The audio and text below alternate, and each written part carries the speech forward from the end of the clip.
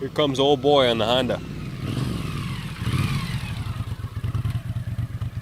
Looks like a nice guy. Must be smart too. He's riding a CX500. Hey man, I think I want to say, and this is without going out on a limb, this is the nicest running CX500 we've ever had through here, and we've had literally dozens of them.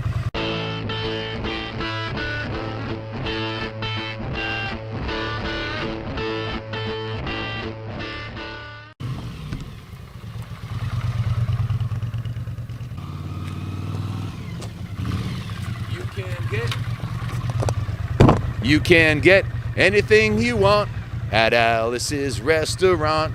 Come right in, sit right down. Give me the next 18 minutes of your life, and I'm going to tell you everything you wanted to know about a 1980 Honda CX500. I guess we'll start with, this is the first year, actually not the first year, the first motorcycle, the first V-twin motorcycle Honda had ever made. Very relaxing ride. I just took it for a nice spin down West Main here. The bike is just lightweight, comfortable, pretty much vibration free. Shaft drive, doesn't make any funny noises or do anything unexpected. It's just a super relaxing ride. They say you meet the nicest people on a Honda. You certainly meet the happiest ones because they're usually cruising around on their bike all day long without working on it. Stress-free and just chilling. Singing Alice's restaurant, man. It don't get any better than that. This is a beautiful candy brandy wine metallic original factory paint job with the gold badges on this thing. What a beautiful bike. It's 42 years old, okay? It's aging better than most of us. And this was also the first Honda ever made with the Comstar mag wheels, something they ran for decades after that. Very first one, the CX500, the very first V-twin Honda had ever made. And in fact, this is somewhat of a technological marvel. They designed this bike. It is a V-twin, but the cylinders go out the side of the bike instead of front and back like on a Harley Davidson. It's a 4-valve per cylinder, liquid-cooled V-twin. And the transmission is mounted underneath the engine in the same engine case, and it actually spins in the opposite direction of the motor to offset the tendency of V-twins like this to actually wave's not the word I'm looking for, to tilt back and forth. When you crack the throttle, they'll tilt this way.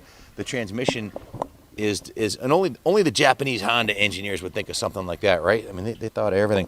Also, it's shaft drive, so there's very little maintenance on the running gear. It's disc brake in the front, drum in the rear.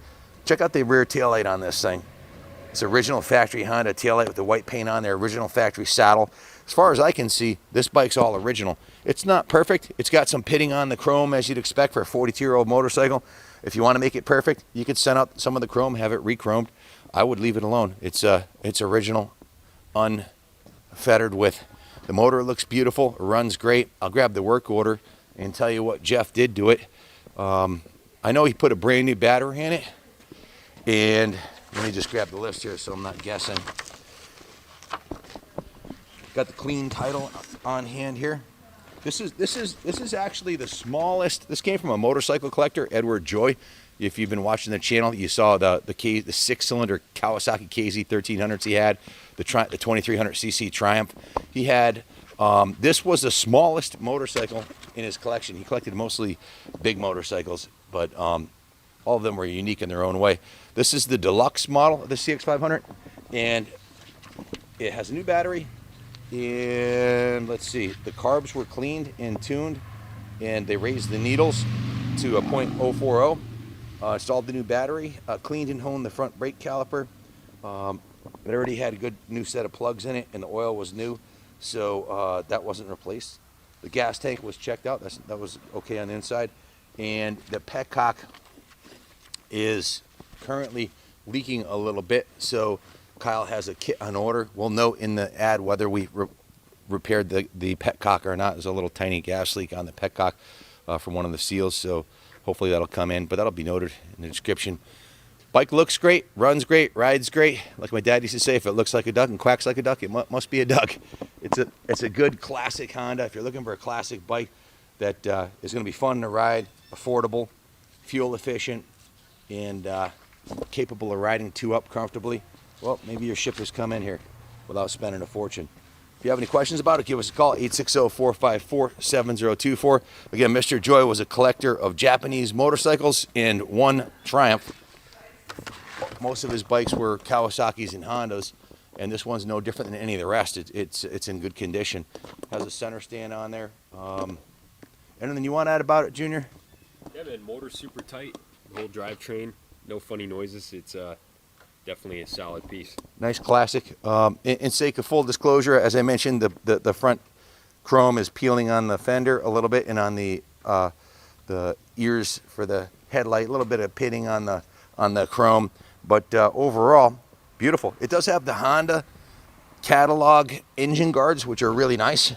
Protect the engine if you ever dropped it in the driveway. Enough talking, let's ride.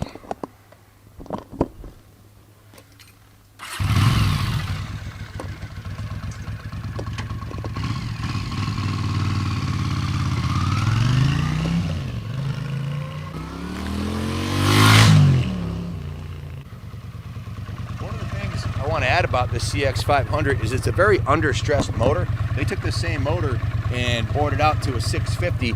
They also made a turbocharged version, which was putting out 2.5 times the horsepower of this one off the same engine cases and everything else. So it's definitely a bike that's gonna last a long time. And I think I forgot to mention, this only has 8,900 miles on it, man. That's like nothing. That's like basically a brand new bike. So Mr. Joy had, I think, 17 bikes. We got 14 of them. The son's kept the nicest of the collection, but just a kick-ass piece.